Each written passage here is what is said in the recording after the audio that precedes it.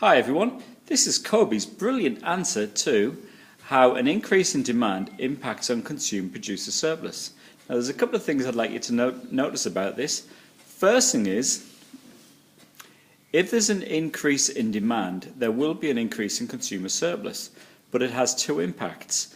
There's an increase in consumer surplus because there's a greater quantity consumed, but there's also a decrease in consumer surplus because the price rises. Now Kobe's explained this brilliantly.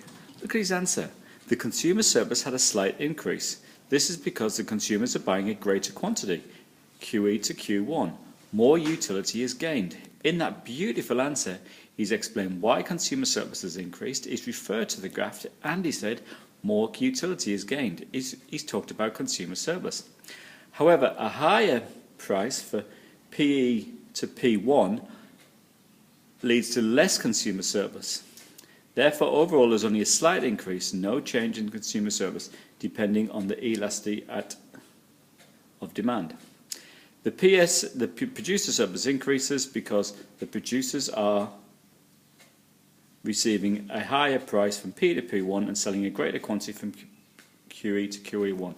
What Kobe's done really well here is he's explained consumer producer surplus in terms of price and quantity, and explaining how an increase in quantity will increase consumer surplus and producer surplus, and how an increase in price will decrease consumer surplus but increase producer surplus. So he explains it all really well.